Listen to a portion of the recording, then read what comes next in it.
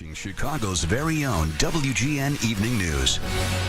A local mosque is working to change misconceptions about Islam to help break down barriers.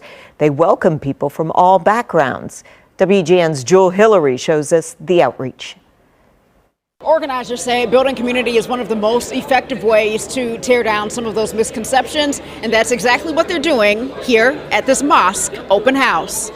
It's my very first time. Carol Pidat is one of several non-Muslims who never experienced a mosque before today. This is completely new to me, and so I'm really learning and appreciating the experience. The Islamic Society of Northwest Suburbs is one of close to 130 mosques in the Chicago area. We worship the Creator, and we say the name of the Creator is Allah. This weekend, doors opened for an open house. We face the direction of Mecca. We pray 5 times a day, so like 35 times a week. Welcoming people of all faiths in to learn and better understand the Islamic faith rooted in the Quran, gifted to guests before they left. As a Muslim, I read the Bible.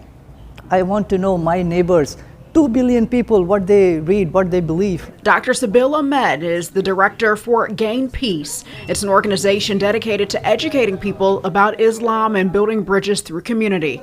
On Saturday, he collaborated with the mosque, sharing the basics of Islam and highlighting myths versus facts. Some misunderstandings or misconceptions people may have.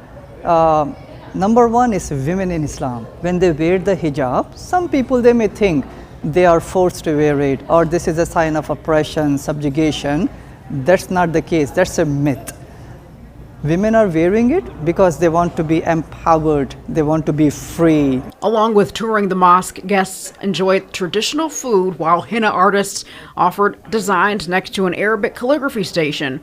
Women were also invited to wear a hijab. This open house happening during a time when Muslims continue to face prejudice, and nearly 18 months after a man was convicted of fatally stabbing 6-year-old Wadia Al-Fayoume and wounding his mom because of their Islamic faith. There is a lot of misinformation and disinformation out there, and I think that we're not going to solve any problems if we don't talk to each other and learn about each other. Mosque attendees and organizers hope Saturday's connection is a reminder that we have more in common than sets us apart. Our practices may look different, but at the core we all believe in very similar stories, and so I think that it's just so beautiful that if we look deeper into one another, we find so much more love.